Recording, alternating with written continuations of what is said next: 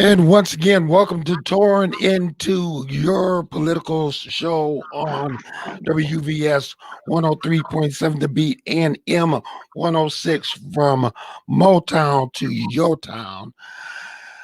Wow. It's been a fantastic week. It's been a crazy week politically. Uh, we got a lot of You said that last week. You know what? I tell you what, if you're not watching the bottom, never mind watching the people. If you're not watching the ticket taper uh, down at the screen, what's going on? Man, there's so much stuff going on. Anyway, my name is Gregory Roberts. I am your host. And today we have a full slate of people that will be checking in. Sir, will you introduce yourself and your credentials, sir?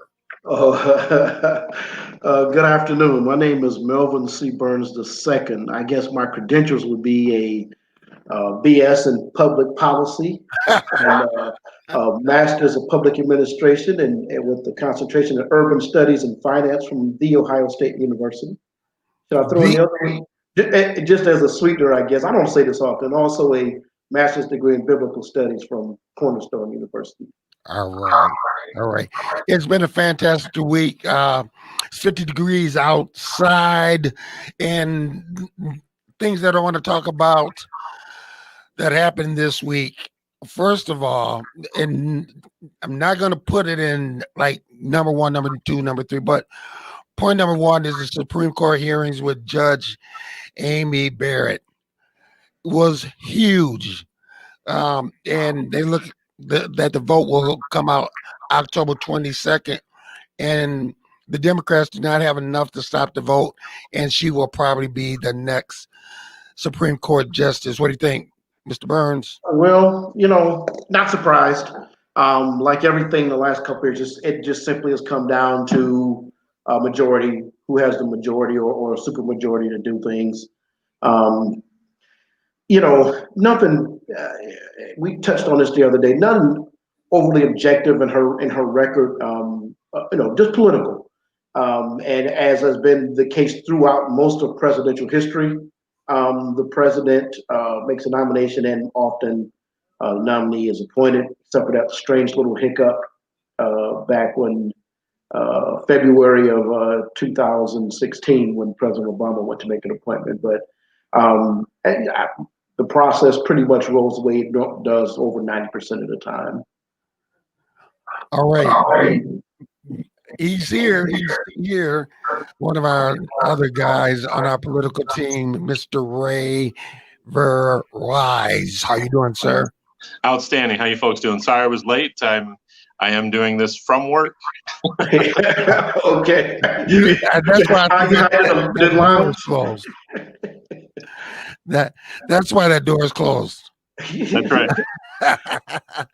Okay. Second thing, President Donald Trump will be in Muskegon tomorrow, and so we said early on, and I'm going to remind you, we told you that they were looking at Muskegon because of the balance of people, that they were looking at Muskegon, and this just proves how important this city is. He will be here tomorrow. Where are you going? Absolutely, yes. In fact, I will be there. As it stands right now, I'll be there on behalf of 103.7 The Beat. Oh, good. Great. That means that I can stay home. That means you can cover it, and you got it, right? Absolutely. Glad to. Wear your mask. Wear your mask. I don't want to see you in there deep. If we see you in there deep, you better wear a mask the next time we see you on the show. Yes, of course, because that's what would be expected. Even though we're nowhere near each other, I should be wearing a mask.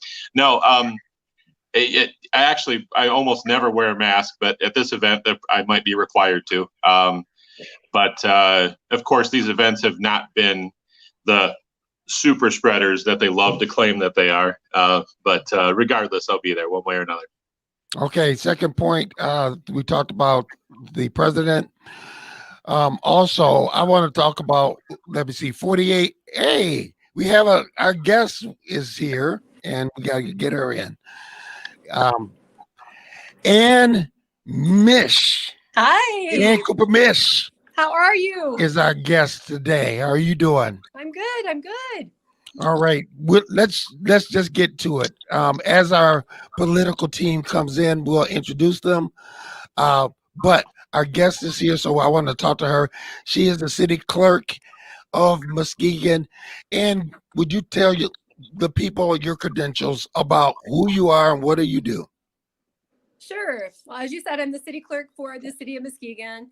I have altogether, I've been in the clerking world for 29 years. Mm-hmm. So I have, I wear a lot of hats here, but right now the one everybody knows about is, of course, the election. So I've been working 7 days a week and pretty tired right now. But yeah, that's what I'm doing.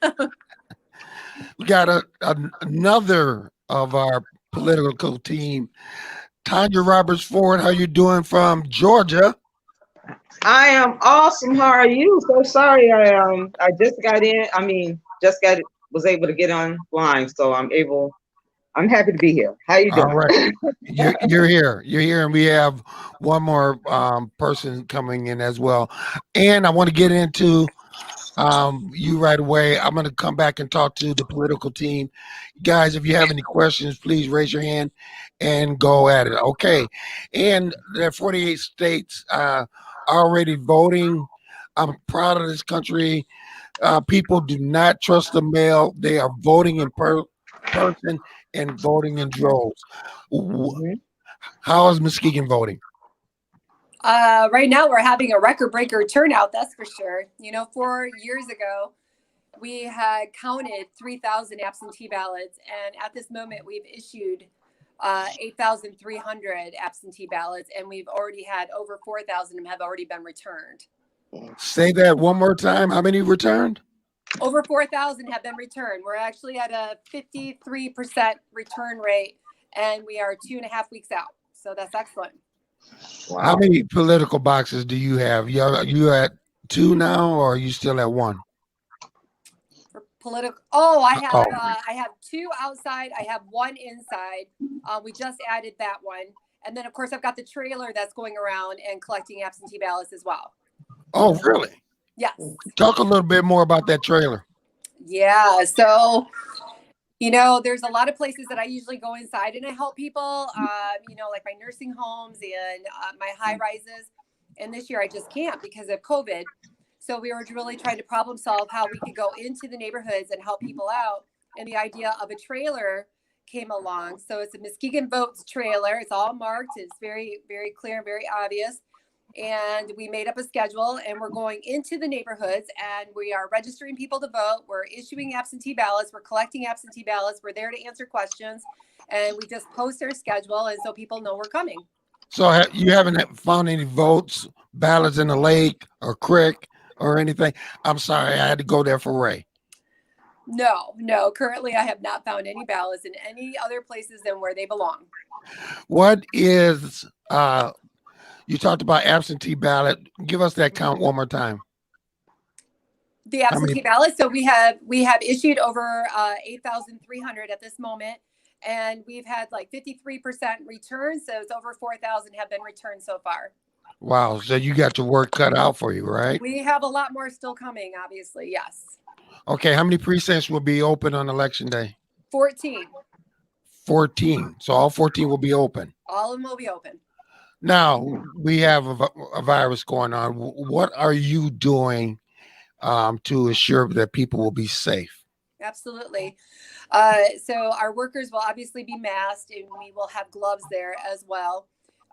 We have extra masks for any of our voters who may have forgotten one and want to put one on. Mm-hmm. All of our booths will be sanitized after every use. So they won't be allowed to use it till it gets sanitized. We've also bought about 15,000 pens. So once you vote, the pen is yours. It's a gift from the city of Muskegon. Please take your pen with you. Or you have to throw them away, right? So you may as well take them with you. Right. Yeah. We don't want to spend the time to sanitize pens. So we're going to be constantly encouraging people and reminding them to socially distance. So keeping that 6-foot rule. We're setting up the precincts in the same manner. We have a few precincts that are quite small, so it's going to be more of a challenge. Might be a few less booths, you know, kind of still trying to work out those logistics. You know, some places we're in gyms where we have all the room in the world, and it's going to be great. And then we have other ones where we're actually in a classroom, you know, so just trying to work out those logistics. Okay, panel, if you have any questions, feel free to ask. I'm going to keep on going.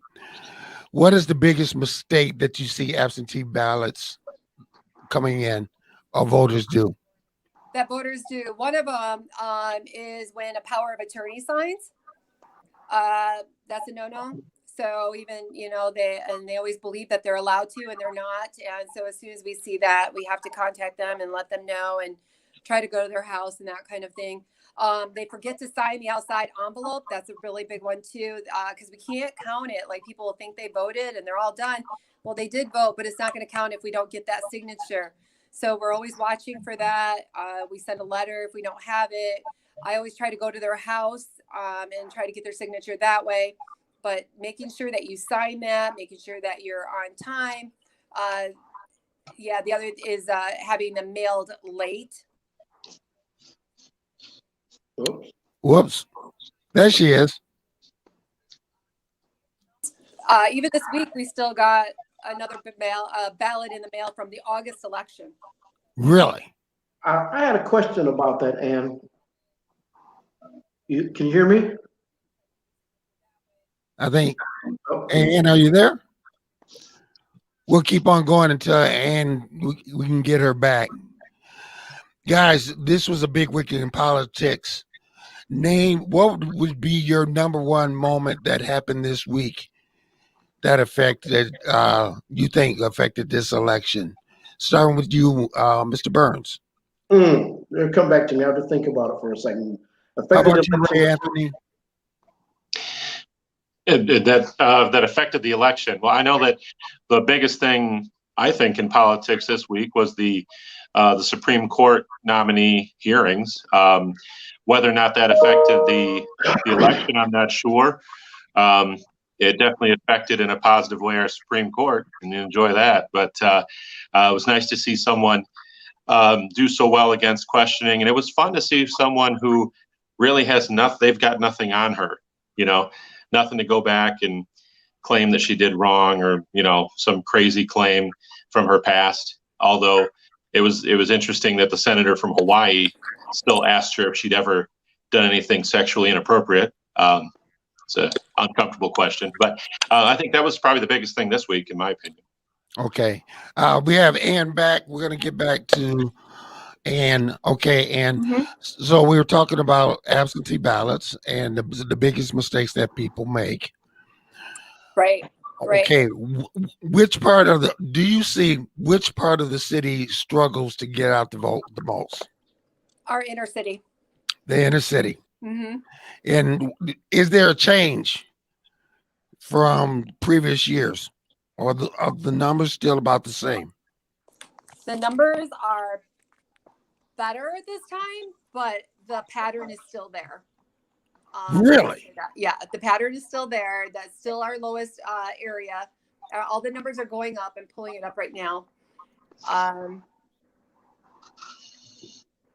So, like, percentage wise, precinct 14, which is over in the west side, that's US Silver Sides. Bluffton represent. Yeah. You know, we already have 50% of those people have already applied for an absentee ballot for that precinct. Wow. 50%. Yes. Wow. Actually, more than that. So that's a smaller size precinct. 1,317 registered voters. 730 have applied for an absentee ballot. Versus Muskegon High School, we have 2,637 registered voters and 569 have applied for an absentee ballot. Come on, Muskegon, you got to do better than that. Right. Inner city, look, you just have to do better than that. Yep. This election is far, far, far too important. Do you see a difference between the 2016 race from this one? You already said that you know, the number counts are higher, absentee is higher. Anything else? the passion is definitely more so than I've ever seen it before. In almost 30 years, I've never seen such a divided voters, and you are coming in and voicing their opinion, and we have to constantly remind them that we can't do that. We've had a couple of voters who've already gotten a little loud on each other. We're going to be watching for that and knowing that people have very strong opinions this time and they're not afraid to voice it. So it's definitely different. Also, I've never had where people, in my experience, where we've been so not trusted. The election, not us personally, but the election process itself. Never had that question so much as this time, like even the drop boxes, or anything that we do. We've got a group of people who will question what we're doing or that we're not doing it right or something like that. It's very different, very, very different. Really? I heard, now I'm not true. I don't know if it's true or not. I heard this coming out of the door that they're saying if you carry you have a permit to carry a gun, you can't come into the polling place or be at 100 to 200 feet. Is that true? I just got that notification this morning myself from the Secretary of State, who said that open carry will not be allowed inside the precinct or within 100 feet of the precinct. That is correct. And then outside of that 100 feet, you cannot display one in a menacing manner, that is, there to cause voter intimidation. You better call the police because you guys are going to be busy. Well, and I will tell you that I've already had that meeting with the police department, and we already have plans. We always do have plans in place for security on election day, but we have some definite plans and things are in place. It's not going to be visible. You're not going to see anything different than you always do. Okay. I also think that's important, but know that you are going to be safe and people can be there in a very, very short amount of time. Now, we're going to be talking about this later and with Tanya Roberts Ford. Do you expect long lines?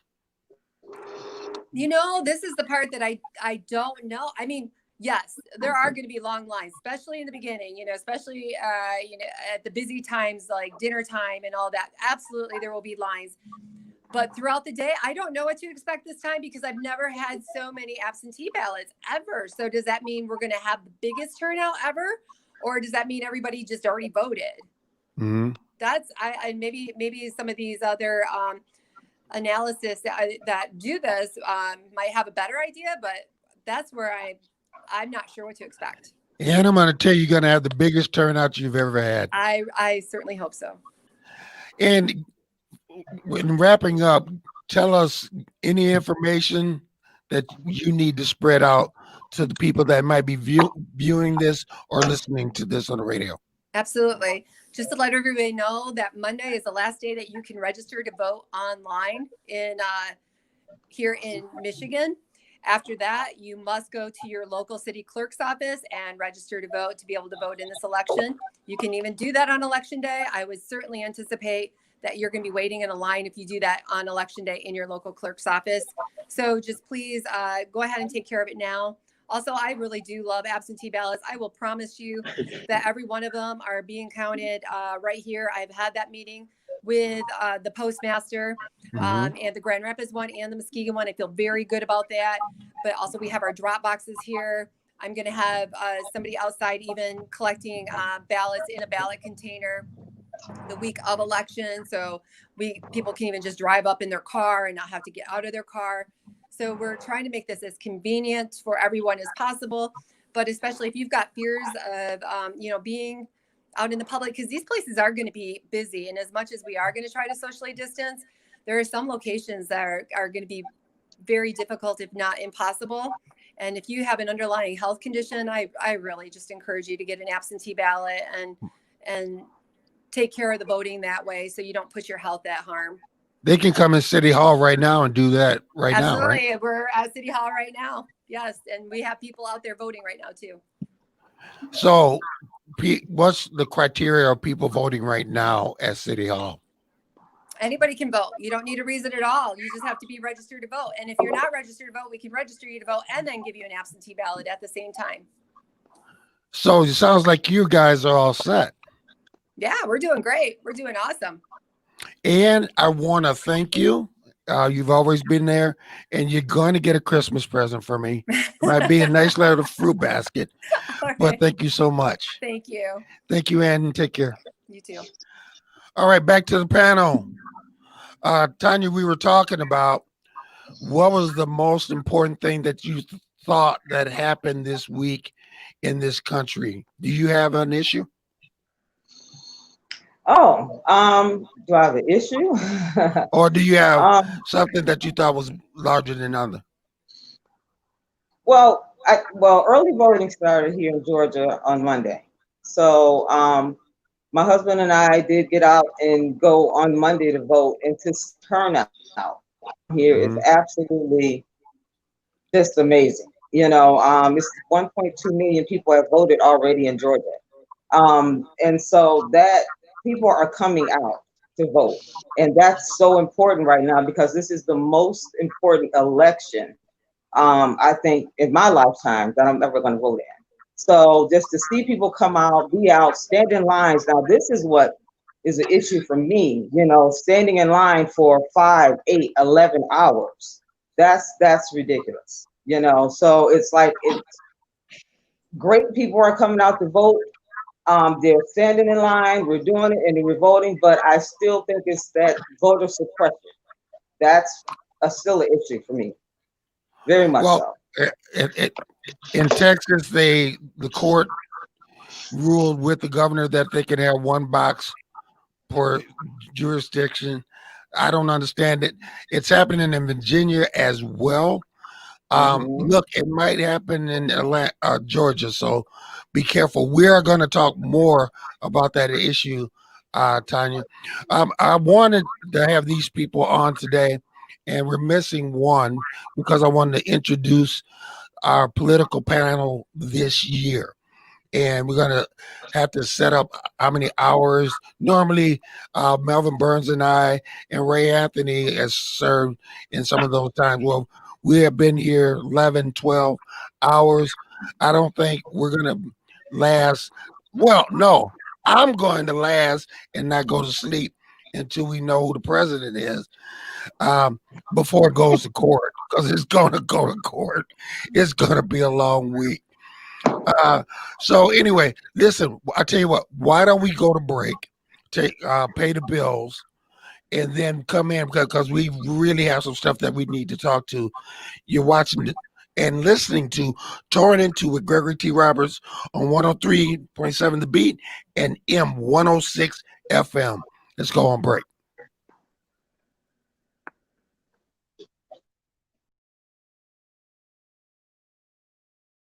If I could go back and change it all, I would. I think I'm gonna miss you the most. I'm sorry. I'm so sorry. I'm so sorry. Maybe it's just the little moments. I could go back and change it all. If I could go back, I would. But I can't.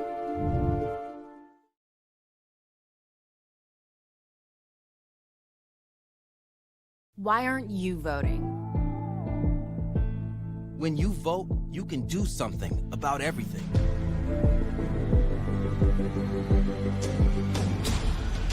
At voteforyourlife.com, it's never been faster or easier to make a plan to vote. Time is running out, but you still have the chance to use your power. Check your registration and make sure your address on file is correct. Find your state's deadlines, learn about local candidates, and request a ballot. You'll be able to see where candidates stand on issues you care about. Order a ballot request form to be mailed to you with prepaid postage, allowing you to vote early, easily, and safely. Make a plan to vote early by finding your nearest ballot drop-box, in-person polling place, or local mailbox. And this is where you rise, this is where you shine, this is where you become the greatest of all time. History in the making. Vote for your life.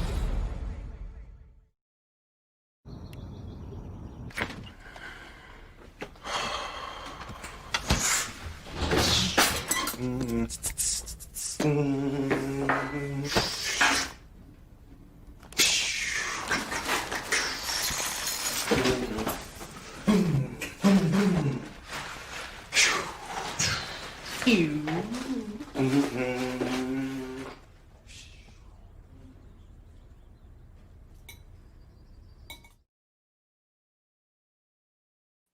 you're about to turn into Muskegon's political show on 103.7 The Beat and 106, the Motown station. To my right, or wherever they might be on your screen, is the campaign team of this year's campaign team. Plus, next week you will meet the other other people that is part of this campaign team, and people that I talk to a lot about the show, about the content, and so I want you to meet these people right here. Ray, did you get a chance to introduce yourself? You introduced me, I thought, but I'm Ray Verwise. 103.7 The Beat usually knows me as Ray Anthony. Live in Jenison, Michigan. Former Kentwood City Commissioner, former delegate to the state delegation for the Republican Party. Okay, Tanya, what about you and where you're at? I'm in Ellenwood, Georgia, which is within like 20 miles from Atlanta, Georgia. I lived here for about 15 years now. I am in the insurance business, so this is a big thing for me for the healthcare that's on the ballot this year. I sell insurance, and so, this is a very important election, so I'm very excited to be involved in the conversation with you. If there's anybody that I talk to every night, several times, is Tanya Roberts Ford. Okay, we're going to go to video, and then we're going to come back and talk to your panel about the first issue that I want to talk to the panel. Americans are already showing their determination to have their votes counted with the election just 20 days away. We are looking at huge turnout and massive lines in places where early voting is an option. That includes Texas and Georgia, and both of those states are predicted to be closely fought for the first time in decades. They're also dealing with allegations of voter suppression. Omar Villafranca is at a polling location in Dallas, Texas. Omar, good morning to you. What are voters telling you? Well, good morning. Some people are telling me they vote early because they want to watch all the election results come in on Election Day. And some people also feel so passionate about this election they didn't want to wait. In fact, one county in Texas had about the same amount of early voters as the whole state of Georgia on its first day. Long lines greeted Texans looking to vote early in the Lone Star State. This is probably the most important election I've ever been a part of, and I want to know that my vote's going to be counted, so I came out the first day. Why wait till last minute? I don't procrastinate. One reason for the long lines, roughly 3 million new voters have registered since the last presidential election. In Travis County, where the city of Austin is, officials say 97% of eligible voters have registered, compared with an average of about 67% nationwide. In Harris County, more than 128,000 voted early, smashing the old record of 68,000. But a federal appeals court sided with Republican Governor Greg Abbott to limit the number of drop-off locations to 1 per county. Abbott said it was needed for election security, but Harris County Judge Lena Hidalgo calls it voter suppression. I don't see a legitimate reason. I think it's completely illogical. You're my first call. Famous faces like Oprah Winfrey and Dallas Mavericks owner Mark Cuban were busy urging Texans to get out and vote. If you haven't voted early yet, come down to the AAC.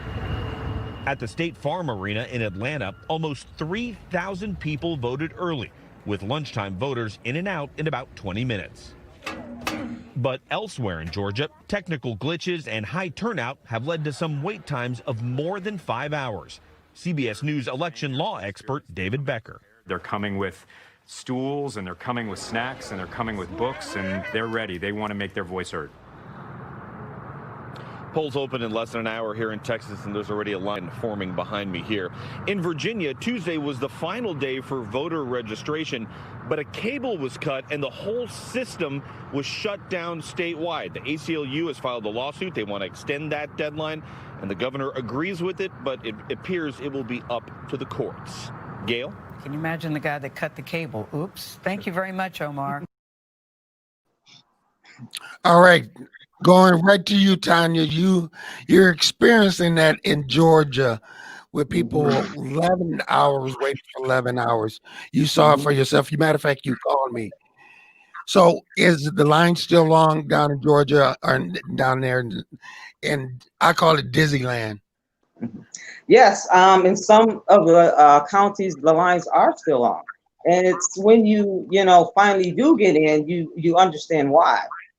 It's not enough in certain. It's definitely in certain counties in certain areas. You only have like 4 or 5 people that's checking people in. You have a couple of people that's helping people sign out the original form before they're able to be checked in, and then you have once you do get to vote, you only have down here because now after you vote, you print it out and you have to put it into this fax machine, and it's only like 2 of them. So they're crashing. These there's a lot of glitches and everything. We are talking to the governor down here and people that this is a problem. This is why people are in line so long, and they're like looking at it like, well, it's just because of the massive turnout. People are so passionate and they came out and so many people, and that's the problem. That's not the problem. Okay, it's in other areas, like you say, in Fulton County, where they can go vote at the State Farm Arena. They're in and out in 30 minutes. So it depends. I'm in DeKalb County. It's a totally different situation. So there's definitely a problem with. There's no reason for somebody to have to be in line 5, 8 hours. The first day was 11 hours. 11 hours you're standing in line to vote. That's ridiculous. Ray, do you feel that is this voter suppression or not? Absolutely. I don't know if I would have to. I think these individual counties, in Michigan, for instance, in these different precincts, you're talking about poll workers and how many people are working. The poll workers are volunteers up here. So in your community and your precinct, the number of people at the poll doing the jobs of poll workers depend on how many people volunteer. I don't know about down there whether or not they're paid to be there. They hire people for that position, but up here it's volunteers. So plenty of people volunteer. People want to participate in the process. Usually it's retired folks from the area who love the process and want to participate and serve their communities. So in terms of lines, there definitely seems like they need to work on their process down there. In one county, they might have a better facility for it. In another county, another. And so you work with your local officials and you see if you can't make changes in it. To imply that one person or another or one group or another is being suppressed would probably be difficult to apply that with any real proof other than just assumption that they're doing it on purpose. Yeah, Ray, but 1 box per county. Some people are taking 3 hours to drive to put their ballot in a box. Yeah, well, I mean, Texas and many other states, most other states, voting absentee is extremely easy. You request an absentee ballot, it gets sent to your house, you fill it out, you send it back out. It's not difficult to vote. The choice to go stand in line is a choice. Every state in the union, you can vote absentee. You could before this, the whole thing about mail-in ballots to everybody automatically. We have the ability to vote. We can vote the day of. I love voting the day of. I don't care if I have to wait in line. That's my favorite time to vote. I like participating in the process. But on occasion, I've done absentee ballots, and it's really easy. You just call and say, "Hey, I'm going to be out of town." They send you a ballot. You mail it back in. It's super simple. Pastor Burns, do you see this as voter suppression? It's a problem that could be solved. I was just checking this text. I have an aunt in Houston, 5 hours, 90-degree heat till she voted. No bathroom, no water. And I've said this before. Our $1,200 stimulus check, Social Security, those are pretty important too. And we find a way to get those to people on time. They go where it's supposed to go. We got a lot of ways we could make this process easier for a lot of people. And people resist it. I can remember years ago, when voting used to be one day, 7 to 1 day tonight or wherever it was. We made some strides, but clearly we could make this process simpler.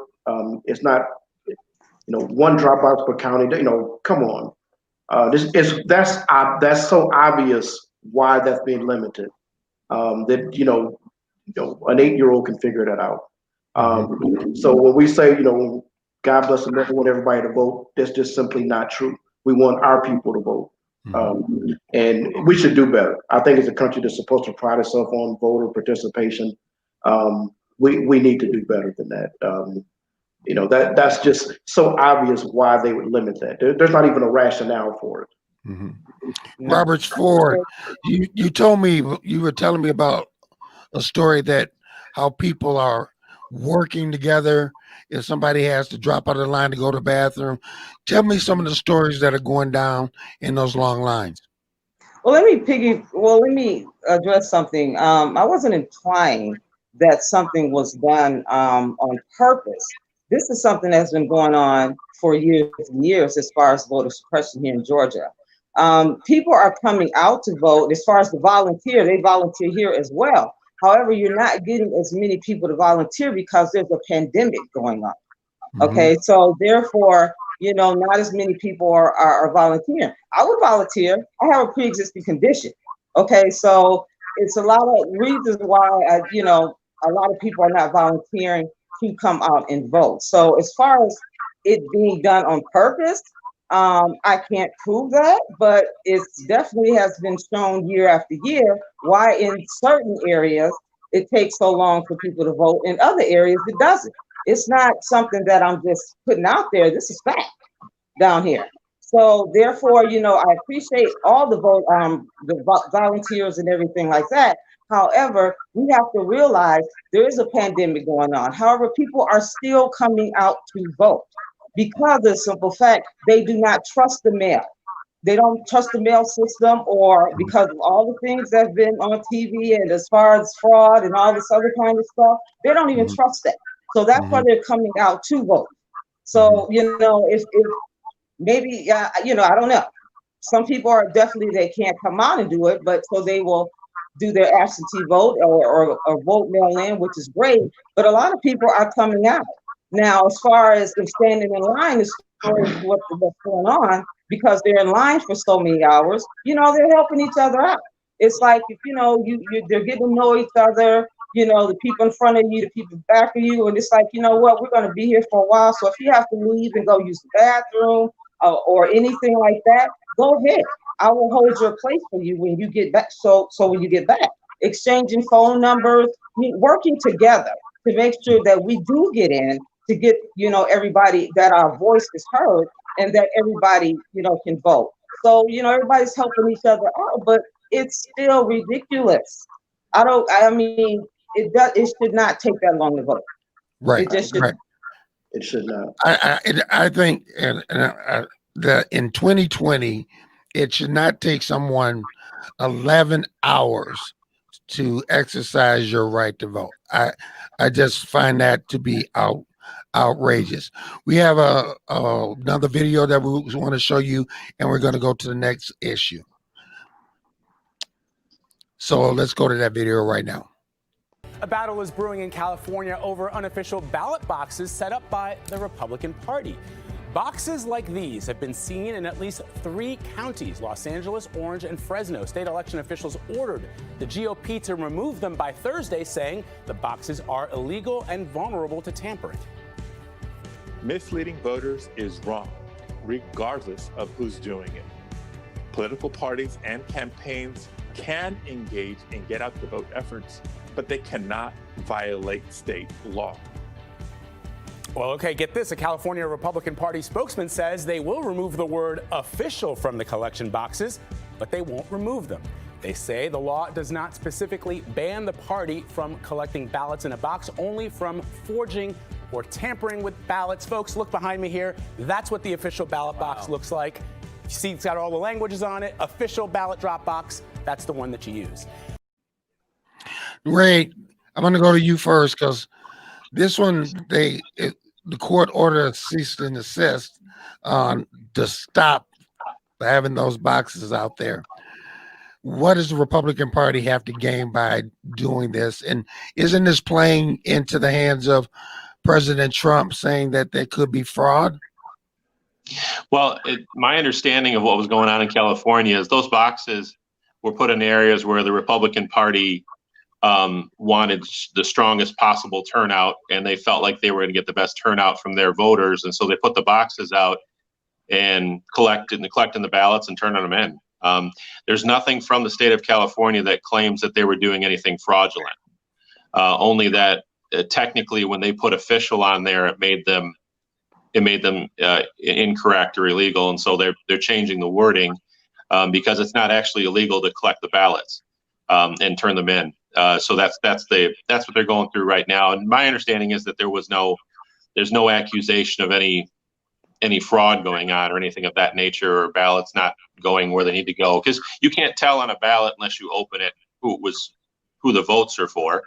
So they were simply turning the ballots in, but that's what was going on there. Do I think it's a potential for fraud or potential for problems?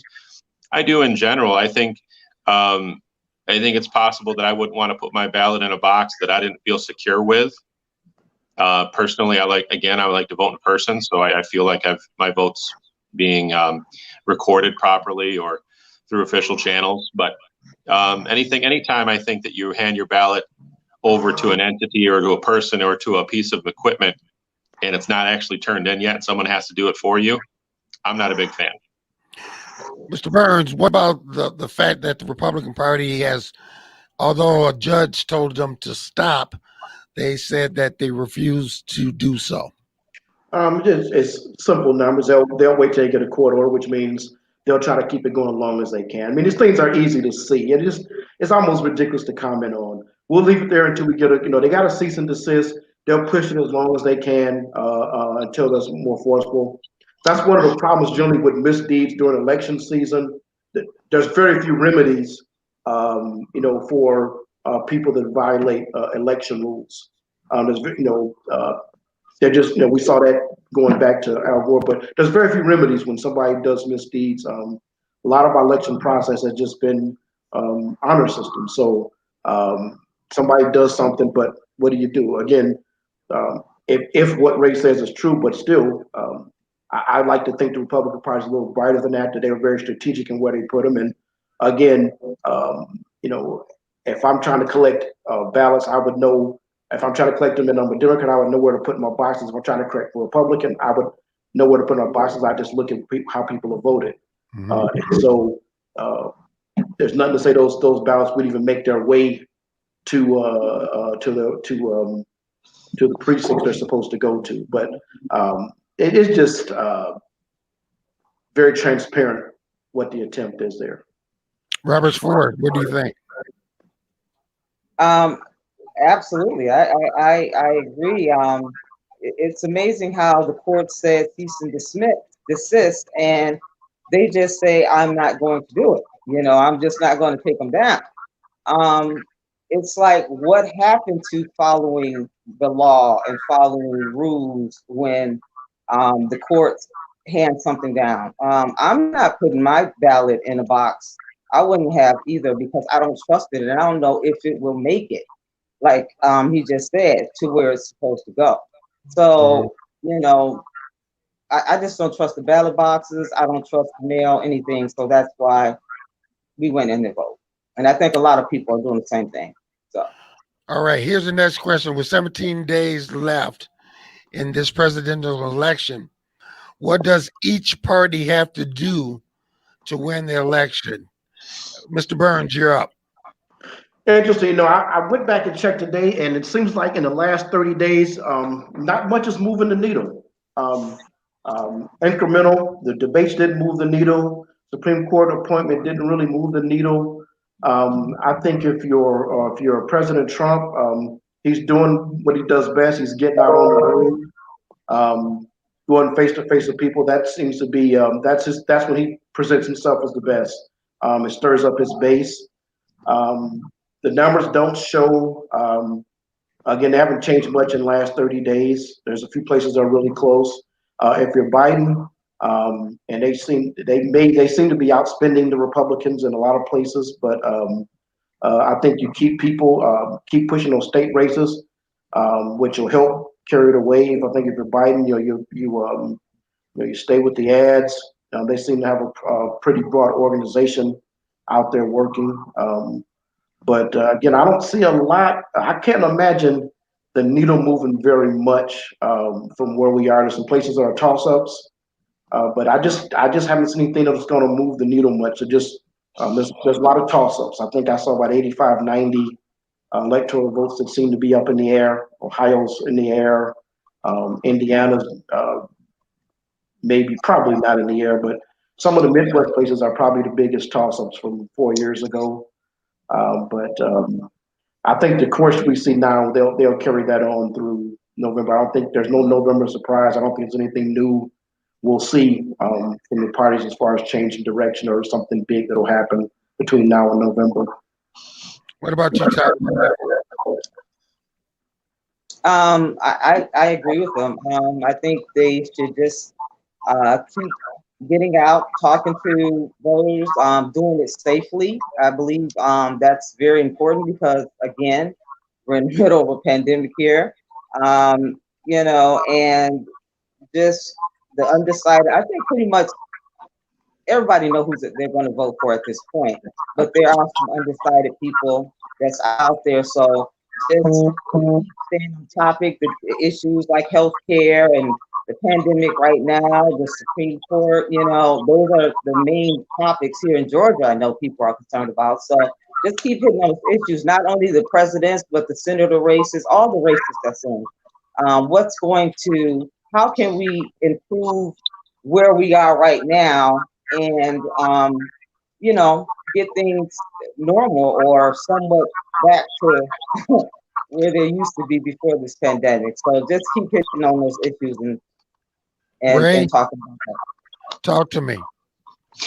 I don't know what moves the needle. I know, Melvin's right that Trump's strong suit is going out and talking to people like he's going to be out tomorrow in Muskegon. He likes to do that. He makes a lot of stops. People get excited. That's his thing. He campaigns even when he's in the middle of his term. He actually has fun doing it, getting out and seeing his supporters. And I don't know what Biden's strong suit really is. He pops in once in a while and does a little event in front of 8 or 10 people. And I saw a fun one the other day where he had one of those very small events where he barely made it through. And then at the end, he was walking away and some group was nearby who apparently was not fans of his. And they were chanting something at him related to what he had said and kind of making fun of him. He didn't know what they were saying. He assumed they were saying Black Lives Matter or something, and he took a knee because he couldn't hear what they were saying and just assumed it was time to take a knee. So that was fun. I don't know exactly what he needs to do. But yeah, a lot of the people have decided at this point. There are some people in the middle still. And so we still have a little bit of time left, one debate if it goes through, and we'll see what happens. Would you guys agree that I think people are pretty much locked in on who they're going to vote? I think maybe 9%, maybe 10% of voters are left with the decision are number one, who they're going to vote for, two, or if they're going to vote at all. Ray, you're up first on this one. Then the question is, do I think everyone's kind of have decided already? Is that what you're saying? Yeah. But do you think there's a percentage, a number of 10%, 9%, 15% that is still remaining out there? I think the last number I saw was somewhere around there, 13, 15, something like that. Okay. Some percentage of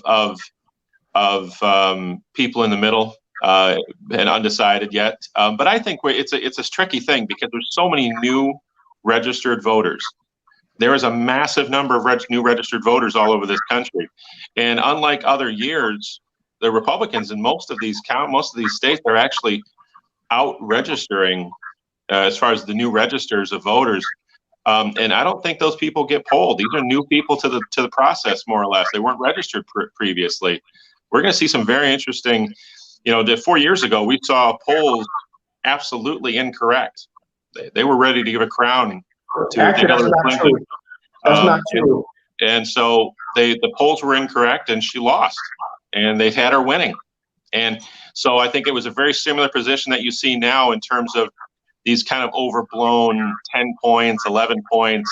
It's just not, I don't think it's realistic, and there's a lot of new registered voters. So I think we'll really see what happens as far as who hasn't decided yet. Let me go to Pastor Burns. First of all, if you remember last year, we had a Dr. Don from Oakland University on election night, early in the morning, and he told us he said, don't believe any of the polls. He said this election is a toss-up. He laid out 3 scenarios, which all 3 happened that night. So it's not polling; it's getting good data. Undecideds, you have to look at where they are. I think last election, probably there were more undecideds that probably lean Democratic, and pollsters are pretty good at drawing that out. I think the undecideds this time are clearly more on the Republican side, whether they're going to not vote or vote for Trump. So you have to look at where the undecideds come from. I think in terms of not voting, again, there's probably a percentage of both, but I think you probably even see that number is probably bigger on the Republican side. Just you look at the number of Republicans that have denounced Trump. You got the Lincoln movement. So just way more, I think, than the last election. Way more people who would traditionally be Republicans are either undecided or planning to not vote. I dismissed the number that are say they're going to vote for Biden. I think a lot of them are just probably not going to vote in the presidential election and vote at some of the other down ballot issues. All right.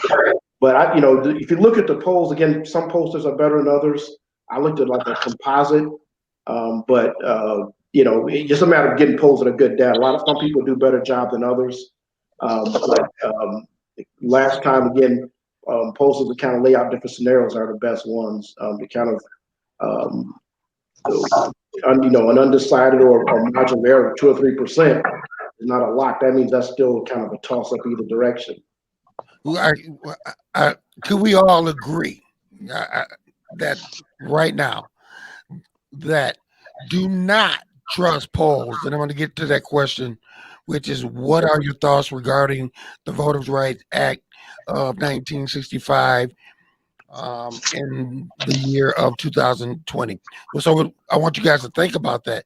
But can we agree right now that people to just settle a lot of stuff? Number one, don't trust polls. And number two, get your butt out and vote. Can we all agree with that? Starting with you, Tanya. Absolutely. I trust the polls at all. I wish actually they wouldn't be on the news saying these polls and the numbers and everything, because I believe it's a lot closer than what they're, some of the news people are putting out. So no, I really don't look at the polls. I mean, you go back 4 years and they said, Hillary Clinton was ahead, but, then Donald Trump ended up winning the election. I just want to say something about I'm sorry, what's this? Not Mr. Burns, the other Ray. Ray. Okay.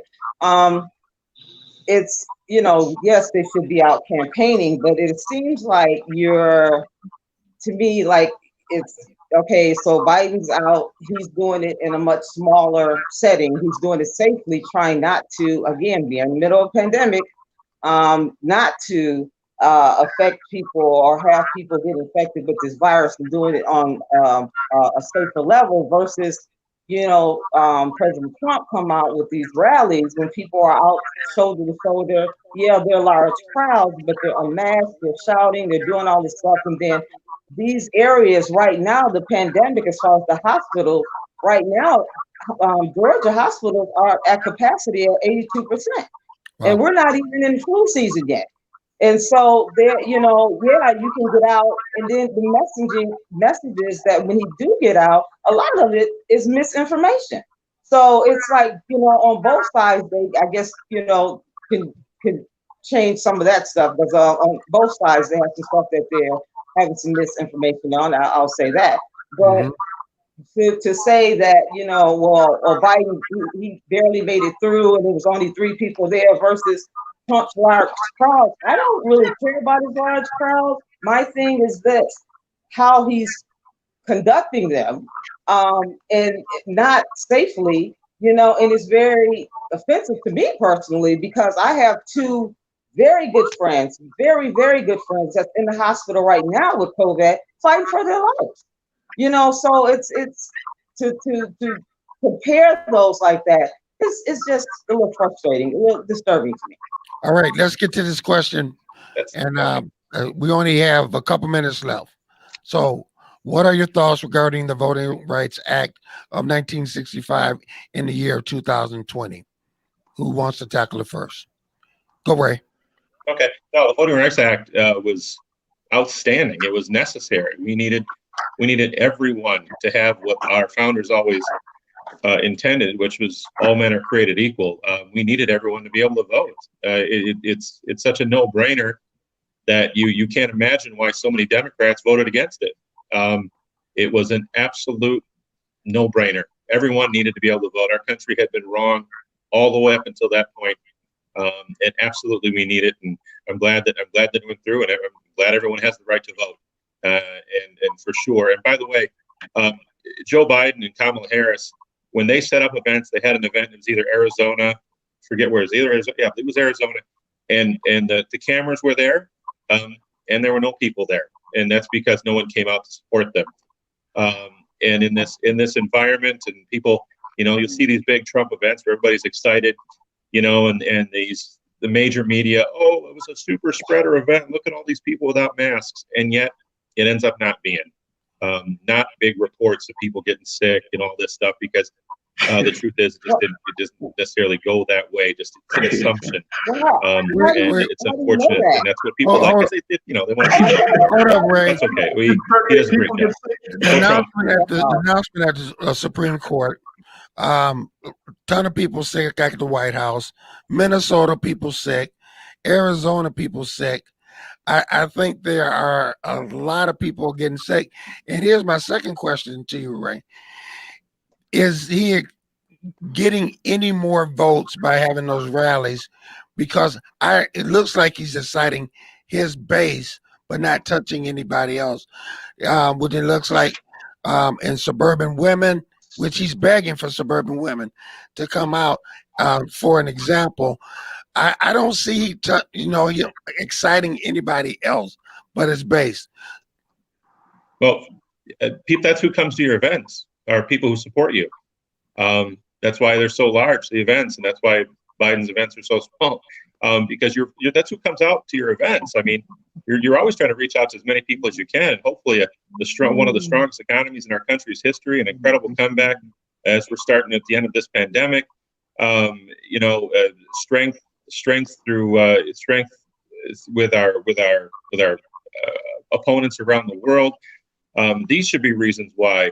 All the jobs coming back, the manufacturing jobs the previous president said would never return, that came back to this country. Those are the reasons why people should come out and support, and hopefully they are. And we look forward to a great election. I appreciate being here, Greg, and I apologize. As I said, I'm at work, and I'm getting begged to go back to it, but I appreciate the opportunity. Look forward to more of them. It's nice to meet you all. Nice to see you, Melvin. And you, Greg, as well. Nice to meet you, man. And I do have to go. I apologize. Okay, we look forward to your report on the Trump rally next week. Absolutely. Thank you, sir. Wear your mask, Ray. Wear your mask. Wear your mask. I'm happy with that one, but thank you, sir. All right, Melvin Burns. I try to be analytical, but didn't we get 34, 38 people working in the White House? That's the kind of So other than that, there haven't been any problems, But other than that, things have been good. I left this out of it. I'll be quick, but I did say two things did move the needle slightly. It seems the vice presidential debate did give maybe 0.5%, 1% push to the Republicans, but the president, his family catching COVID, his staff, that moved the needle significantly, and a lot of the white women that presidents are begging for were particularly he took some down hits for that. So I did leave those two out. What was the other thing we were talking about? Oh, the Voter Rights Act, or was it? Voter Rights Act. Yeah, only a couple more minutes. Yeah, again, some Democrats didn't vote because they wanted the act to go further. I think there's been a move to not have to re-vote for it every few years, and I think that was part of the issue that came up. So when they were voting against it, when you like all these things, whether it's polls, whether it's somebody voting against something, as to things like who showed up at certain hearings. You have to look inside and see what happened. So the Democrats didn't support it. It was because they wanted to go further. Then the majority of Democrats finally concluded this is the best we're going to get. It's still important that we have it passed. But at some point, we ought to know. I can't say the Voting Rights Act is what our forefathers intended, because they intended to leave us out. It was an accident.